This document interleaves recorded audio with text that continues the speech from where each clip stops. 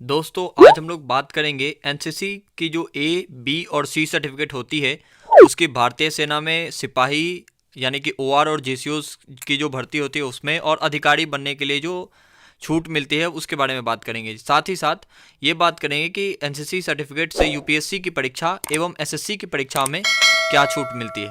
तो आइए दोस्तों इस वीडियो को शुरू करते हैं। जैसा कि आप सभी देख रहे होंगे कि स्क्रीन के ऊपर एक एनसीसी सी सर्टिफिकेट का फोटो लगा हुआ है।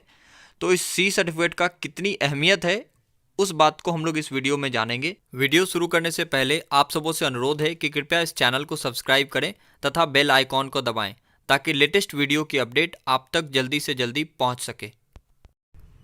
हम लोग सबसे पहले देखेंगे कि एनसीसी सर्टिफिकेट धारकों को ओआरस और जेसीओ एंट्री की जो भर्ती होती है यानी कि आर्मी की जो रैली भर्ती होती है उसमें क्या छूट मिलती है एनसीसी ए, एनसीसी बी और एनसीसी सी सर्टिफिकेट धारकों को, या ऐसे अभ्यर्थी जिन्होंने एनसीसी सी सर्टिफिकेट के साथ साथ आरडीसी की है या जिन्होंने एनसीसी बी सर्टिफिकेट है जिसके पास और उन्होंने भी आरडीसी की है, तो उनको किस प्रकार की छूट उनको रिटन एग्जाम के संदर्भ में मिलती है उस बारे में हम लोग इस वीडियो में बात करेंगे।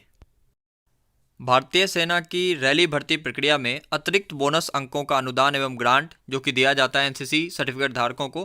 तो सबसे पहले हम लोग देखते हैं कि अगर कोई भी कैंडिडेट हैं जो सैनिक सामान्य ड्यूटी और सैनिक ट्रेड्समैन में भर्ती देखना चाह रहे हैं और उनके पास एनसीसी की ए सर्टिफिकेट है तो उनको बोनस के रूप में रिटन एग्जाम में 5 अंक दिया जाएगा।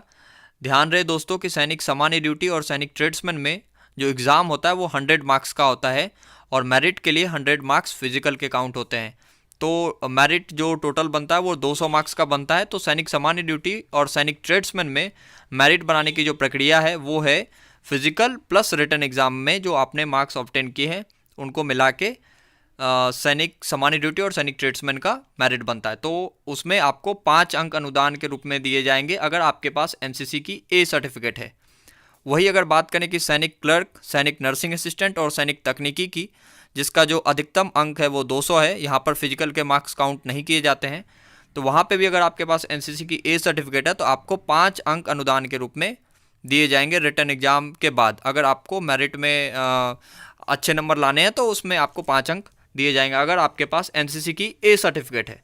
वही अगर बात करें एनसीसी बी सर्टिफिकेट धारकों की तो उन्हें सैनिक सामान्य ड्यूटी और सैनिक ट्रेड्समैन में 10 अंक दिए जाते हैं और साथ ही साथ सैनिक क्लर्क, सैनिक नर्सिंग असिस्टेंट और सैनिक तकनीकी में भी अगर आपके पास एनसीसी की बी सर्टिफिकेट है तो आपको 10 अंक ही दिए जाएंगे।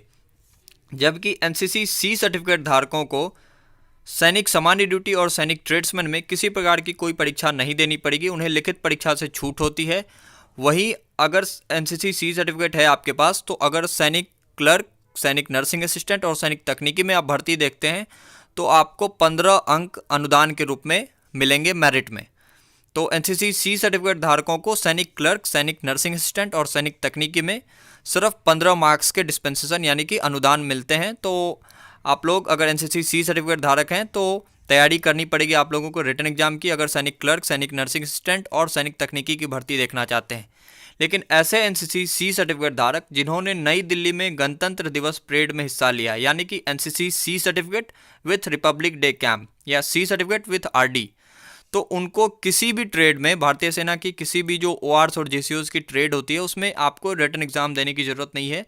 सैनिक सामान्य ड्यूटी, सैनिक ट्रेड्समैन, सैनिक क्लर्क, सैनिक नर्सिंग असिस्टेंट और सैनिक तकनीकी, आपको किसी भी ट्रेड में कोई भी लिखित परीक्षा नहीं देनी है। आपको बिना लिखित परीक्षा के आपका मेरिट आ जाएगा। तो लिखित परीक्षा में आपको फुल मार्क्स जो भी होते हैं जैसे सैनिक क्लर्क, सैनिक नर्सिंग असिस्टेंट और सैनिक तकनीकी में आप भर्ती देखते हैं तो आपको कुल मार्क्स 200 जो होता है वो आपको मिल जाएगा।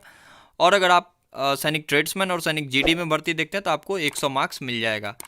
अगर कोई भी ऐसे एनसीसी सर्टिफिकेट धारक जिनके पास बी सर्टिफिकेट है और उन्होंने आरडीसी की कैंप किया है, आरडी परेड उन्होंने अटेंड किया, तो उनको भी रिटन एग्ज़ाम में उनके ट्रेड्स के हिसाब से सिर्फ 10 मार्क्स ही दिए जाएंगे, उनको आरडीसी की कोई छूट नहीं दी जाती है। तो एनसीसी सी सर्टिफिकेट होने के बाद ही आपको आरडीसी की छूट दी जाती है। ये तो दोस्तों हो गई ओआरस और जेसीओस की, मतलब भारतीय सेना की जो रैली भर्ती प्रक्रिया होती है वहाँ पे जो डिफरेंट ट्रेड्स में भर्ती होती है उस ट्रेड में एनसीसी सर्टिफिकेट धारकों को जो छूट मिलता है उसके बारे में। दोस्तों अब हम लोग बात करेंगे कि एनसीसी सर्टिफिकेट धारकों को भारतीय सेना में बतौर अधिकारी तैनात होने के लिए, बतौर अधिकारी शामिल होने के लिए उनको किस प्रकार से छूट मिलती है और आपके पास कौन सी सर्टिफिकेट चाहिए एनसीसी की जिससे आपको वहाँ पर डिस्पेंसेशन मिल सके।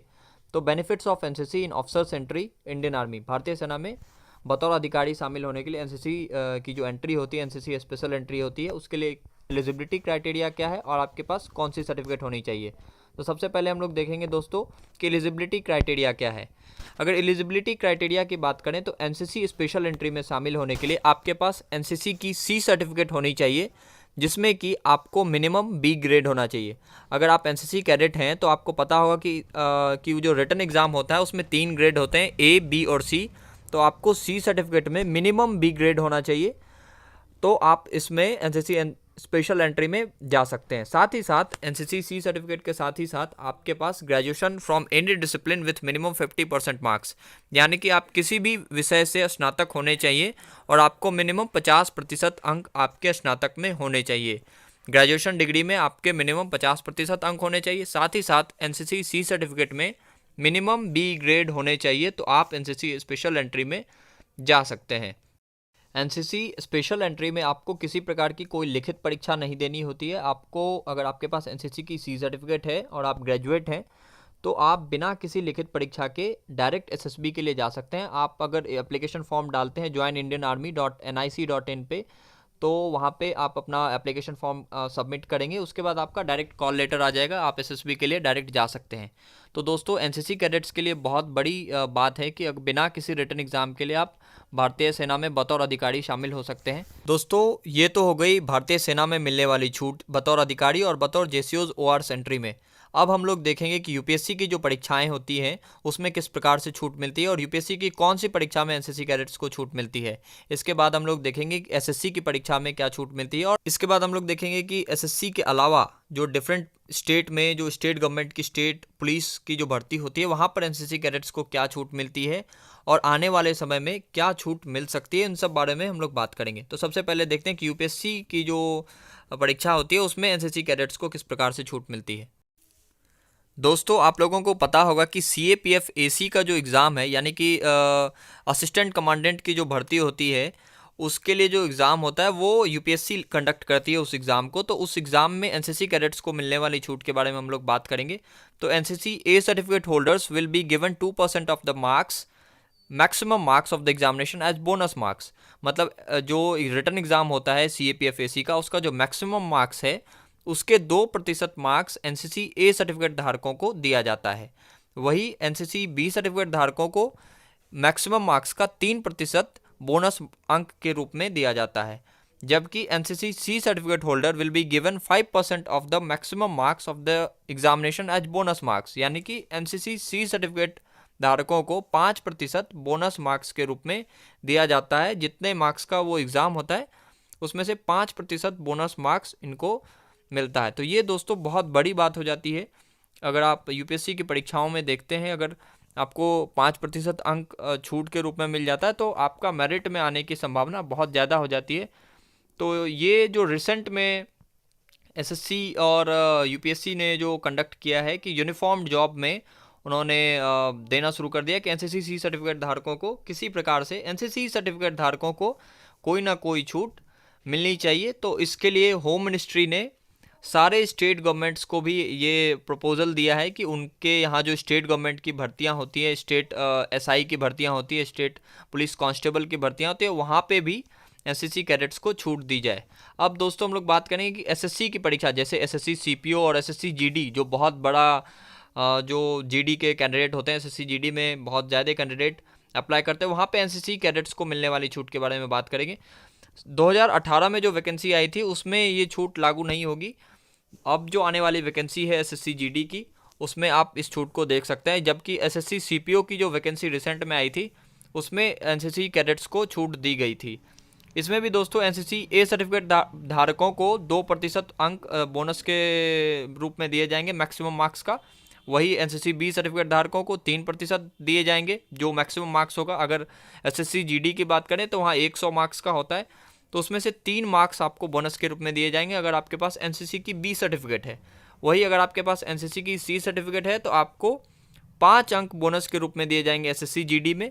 जबकि एसएससी सीपीओ की जो परीक्षा होती है वो 200 अंकों की होती है। फर्स्ट फेज की अगर बात करें तो वहाँ पे आपको 10 अंक बोनस के रूप में दिए जाएंगे। तो दोस्तों बहुत बड़ी बात होती है ये एनसीसी कैडेट्स के लिए, अगर उनको इस प्रकार से छूट दी जाती है, इससे उनका मनोबल बढ़ता है और वो आगे और भी अच्छा करना चाहते हैं। तो ये दोस्तों हो गई एनसीसी कैडेट्स को मिलने वाली छूट के बारे में।